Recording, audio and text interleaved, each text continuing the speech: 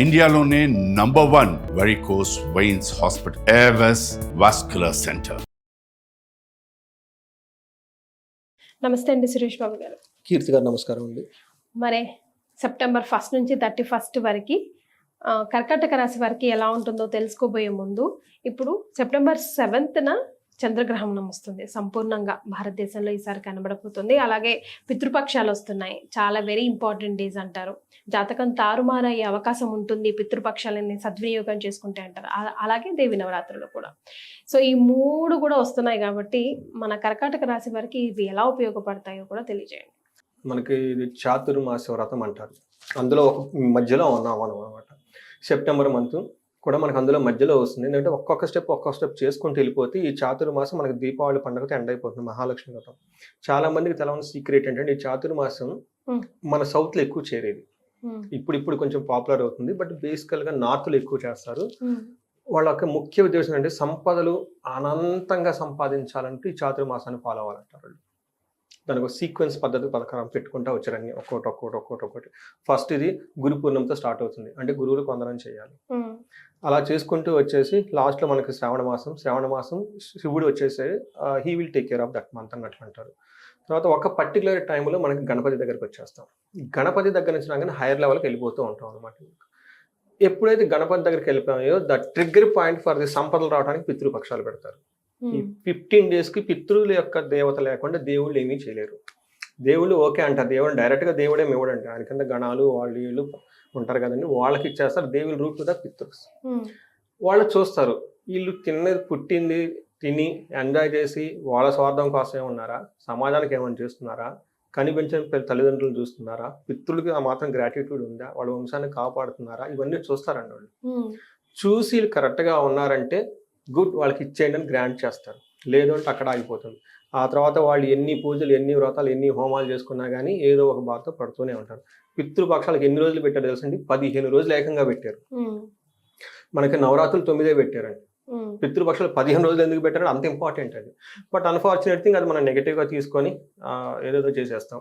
ఈ పితృపక్షాలు చక్కగా సెలబ్రేట్ చేసుకోవాలి. అందులో కర్కాటక రాశి వాళ్ళకి ఎఫినిటీ ఉంటుందండి. ఈ రాశి వాళ్ళకి ఒక ఎఫినిటీ ఉంటుంది. ఏంటంటే తల్లిదండ్రులకి, కుటుంబ సభ్యులకి బాగా విపరీతమైన అనురాగాలు ఉండే రాశి ఏంటంటే కర్కాటక రాశి.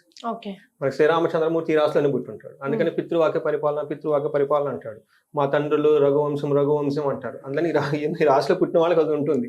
ఈ రాశిలో పుట్టిన వాళ్ళు ఎవరైనా కనుక ధనానికి ఇబ్బంది పడుతున్నా, లైఫ్లో గ్రోత్ లేకుండా, పిల్లల విషయంలో సరిగ్గా సత్సంబంధం లేకపోయినా, వాళ్ళ గ్రోత్ లేకపోయినా, వాళ్ళ ద్వారా బాధపడుతున్నా, పితృపక్షాలు మాత్రం వాళ్ళకి గొప్ప అదృష్టాన్ని కొద్ది అది పెట్టారు 15 రోజులు అనుకోవాలండి.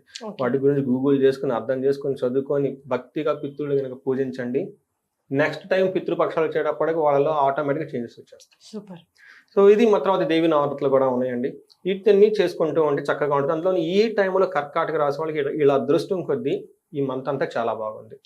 అందులో ఎంత బాగుందంటే గ్రహణం కూడా ఇలా ఏం చేయలేదు, అంత బాగుంది నిజంగా. కర్కాటక రాశి వాళ్ళకి ప్లానెటరీ కాంబినేషన్ రీత్యా, గ్రహణాల రీత్యా అన్ని విధాలుగా చాలా బాగుంది. ఒక మంచి టైంలోకి వీళ్ళు ఎంటర్ అవుతున్నారు. కాబట్టి ఈ మంచి టైంలో ఇంకా చక్కగా మంచి పనులు చేసుకొని ఆధ్యాత్మికంగా ఉంటే, ఇప్పటిదాకా పడుతున్న ఈ అష్టమ శని వీటి నుంచి ఇంకా ఇంప్యూరిటీస్ ఏమైనా కొన్ని బాధపడుతూ ఉంటే వాటన్నిటిని ఆ క్రైసిస్కి ఒక ఫుల్ స్టాప్ పెట్టి ముందుకెళ్లే టైం అని మనం చెప్పుకోవాలి. సూపర్.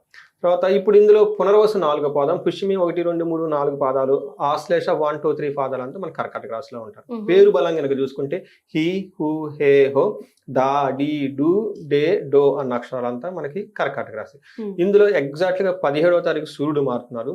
15వ తారీఖు వచ్చేటప్పటికి బుధుడు, శుక్రుడు మారుతున్నారు. 13వ తారీఖు కుజుడు మారుతున్నారు. అంటే ఆల్మోస్ట్ 13, 15, 17 తారీఖుల్లో, అంటే మంత్ మిడ్ లో ఎగ్జాక్ట్ గా 4 గ్రహాలు మారుతున్నాయి. అంటే మనకి ఇలా ఎలా ఉంటుందంటే ఫస్ట్ 2 weeks, నెక్స్ట్ 2 weeks అన్నట్లు ఉంటుంది.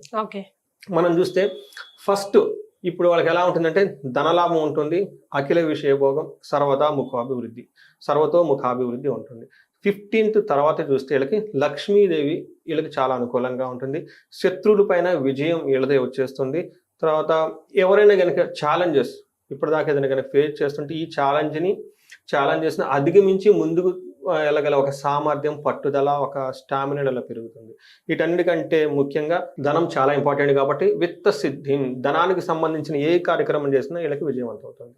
సూపర్. ఇది మనకి సూక్ష్మ గోచారం. ఇప్పుడు ఈచ్ గ్రహం మనం చూసుకుంటే 3వ ఇంట్లో సూర్యుడు ఎంటర్ అవడంతో వీళ్ళకి ధైర్యము, కాన్ఫిడెన్స్ లెవెల్స్ అన్ని పెరిగిపోతాయి. ఓకే. వాళ్ళ బ్రెయిన్ చాలా షార్ప్ అవుతుంది. వీళ్ళకి ఏమవుతుందంటే ఆరోగ్యం బాగుంటుంది, నిత్య సంతోషంగా ఉంటారు, బంధుమిత్రులతో చక్కగా కలిసి ఉంటారు, అర్ధలాభము, సౌఖ్యంగా ఉంటారు, ఇష్ట సిద్ధి, అనుకున్న పనుల్లో సిద్ధి వచ్చేస్తుంది. ఒక్క విషయంలో కేర్ఫుల్ గా ఉండాలి, తండ్రికి హెల్త్ విషయంలో జాగ్రత్తగా ఉండాలి. కుజుడు అగైన్ వీళ్ళకి మిక్స్డ్ రిజల్ట్ ఇస్తున్నారని చెప్పుకోవాలి. 4వ ఇంట్లో కుజుడు ఉండటంతో ఇంటికి సంబంధించిన వ్యవహారాల్లో కొంచెం ఏమంటారు, బంధువులతో గొడవలు అవ్వటము, మనస్పర్ధలు రావటం, తర్వాత ఏదైనా లక్కీగా ఏదైనా పని చేయాలంటే కొంచెం డిలే అవ్వటం, ఇవన్నీ చేస్తుంటే బేసికల్ గా ఇంటికి సంబంధించిన వ్యవహారాల్లో అనారోగ్యంలో విషయంలో జాగ్రత్తగా ఉండాలి. కానీ ఇదే శుక్రుడు వీళ్ళకి ధన ప్రవాహాన్ని తీసుకొని వస్తున్నారు అని చెప్పుకోవాలి. అంటే వీళ్ళకి సూర్యుడు దగ్గర నుంచి తర్వాత కుజుడు వరకు చాలా బాగా సపోర్టివ్గా ఉండాలని చెప్పుకోవాలి. నెక్స్ట్ మోస్ట్ ఇంపార్టెంట్ శుక్రగ్రహం. శుక్రుడు వచ్చేటప్పటికి వీళ్ళకి అత్యంత సౌఖ్యాన్ని తీసుకొని వస్తున్నారు. ఎందుకంటే 2nd హౌస్లో శుక్రుడు ఉంటే వాళ్ళ మాట చాలా బాగుంటుంది, ధనం బాగుంటుంది, సంపదలు ఉంటాయి. ఈ టైంలో వీళ్ళు జ్యువెలరీ కొనవచ్చు, తర్వాత వెహికల్స్ కొనుక్కోవచ్చు, తర్వాత ఏమని చెప్తారు, మనస్పర్ధలు, పర్టికులర్గా లేడీస్ మనకి ఉమెన్ టిప్స్లో పడుతున్నారు కదా, ఇన్లాస్తో ఏమైనా మనస్పర్ధలు అంటే ఈ టైంలో అన్ని క్లీన్ అయిపోతాయి. ఒక బెస్ట్ టైం అని మనం చెప్పొచ్చు. ఎవరైనా ఫారిన్ వెళ్ళాలనుకున్న వాళ్ళకి ఇది బెస్ట్ టైం. ఇంటికి సంబంధించిన ఏ విషయం చేసినా కానీ బాగుంటుంది. ఈ టైంలో వీళ్ళకి దేహ సౌఖ్యం, ఫిజికల్గా చాలా బాగుంటుంది. స్త్రీ సల్లాప సత్కారం అంటారు. అంటే జెంట్స్ అయితే లేడీస్తో చక్కగా మాట్లాడుతూ ఉంటారు, లేడీస్ అయితే కనుక జెంట్స్తో చాలా చక్కగా మాట్లాడి ఇలా కావాల్సిన విషయాలన్నింటినీ అన్ని విధాలా సమకూర్చుకొని ముందుకెళ్ళిపోతారు. చక్కటి భోజనం తింటూ ఉంటారు, హ్యాపీగా ఉండేది ఒక టైం శుక్రుడు. సో ఏ గ్రహం చూసుకున్నా కానీ ఇంక్లూడింగ్ మన గ్రహణం కూడా వీళ్ళకి అనుకూలంగా ఉంది, అంత బాగుంది వీళ్ళ లక్ అని చెప్పుకోవాలి. ఎస్. సో మరి నక్షత్రాల ప్రకారం కూడా అంతే అదరహోలాగా ఉందండి. ఆల్మోస్ట్ అలానే ఉంది. చూద్దాం. పునర్వసు వాళ్ళకి ఫస్ట్ ఐశ్వర్యం ఉంటుంది, జయం ఉంటుంది, ధనలాభం ఉంటుంది, మృష్టాన్న భోజనం ఉంటుంది. 5 పాయింట్లు పాజిటివ్ గానే. ఒక్క విషయంలో జాగ్రత్తగా ఉంటుంది.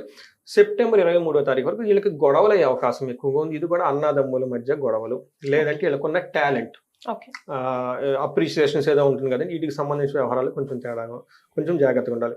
తర్వాత బంధనం, వీళ్ళు కూడా ఏదో ఒక విషయంలో కొంచెం సందిగ్ధకు గురయ్యి కన్ఫ్యూజన్లో ఉండే అవకాశం ఎక్కువగా ఉంది. ఈ టైంలో ఆస్ట్రాలజర్ని కలిస్తే ఖచ్చితంగా వాళ్ళ దగ్గర సపోర్ట్ తీసుకుంటే డైరెక్షన్ చూపిస్తారు. తర్వాత పుష్మి వాళ్ళకి ఐశ్వర్యవంతంగా ఉంటుంది, ధనలాభం ఉంటుంది, ధనలాభం, విశేష ధనలాభం, మృష్టాన్నం. కానీ ఒక్క విషయంలో కేర్ఫుల్గా ఉండాలి, గొడవలు అవుతాయి. ఇది కూడా అన్నాదమ్ములతో మోస్ట్లీ అయ్యే గొడవలు అవకాశం ఎక్కువగా ఉంటుంది. వీళ్ళ పోయి శత్రుత్వం పెంచుకునే అవకాశం ఎక్కువ ఉంది, కేర్ఫుల్గా ఉండండి. కొన్నిసార్లు ఓవర్ కాన్ఫిడెన్స్ అవుతుంది. స్వయంకృతాపరాధం. ఆశ్లేష నక్షత్రం వాళ్ళకి అగైన్ ఇది వీళ్ళకి చాలా బాగుంది. పార్టీలకి, ఫంక్షన్లకి అటెండ్ అవుతారు, సంపదలు వీళ్ళ దగ్గరకు అవంతే వచ్చేస్తాయి, ధనలాభం ఉంటుంది, ఐశ్వర్యవంతంగా ఉంటారు. కానీ గొడవలయ్యే అవకాశం ఎక్కువగా ఉంటుంది, కొంచెం జాగ్రత్తగా ఉండాలి. ఓవరాల్గా కనుక చూసుకుంటే మనకి పునర్వసు నక్షత్రం వాళ్ళకి స్త్రీల ద్వారా కొంచెం ట్రబుల్స్ వచ్చే అవకాశం ఎక్కువగా ఉంది. ఇన్ కేస్ లేడీస్ అయితే జెంట్స్ ద్వారా ట్రబుల్స్ వచ్చే అవకాశం ఎక్కువగా ఉంది. ఇది కూడాను young boy or young girl అని మనం చెప్పుకోవచ్చు. ఇది టోటల్ గా చూసుకుంటే ఒక్క గొడవలు, కలహం వచ్చేది తప్ప మిగతా అన్ని విషయాలు బాగుందని మనం చెప్పుకోవచ్చు. ఓకే. సో మరి మీరు ఎలాంటి పరిహారాలు పాటించాలంటారు?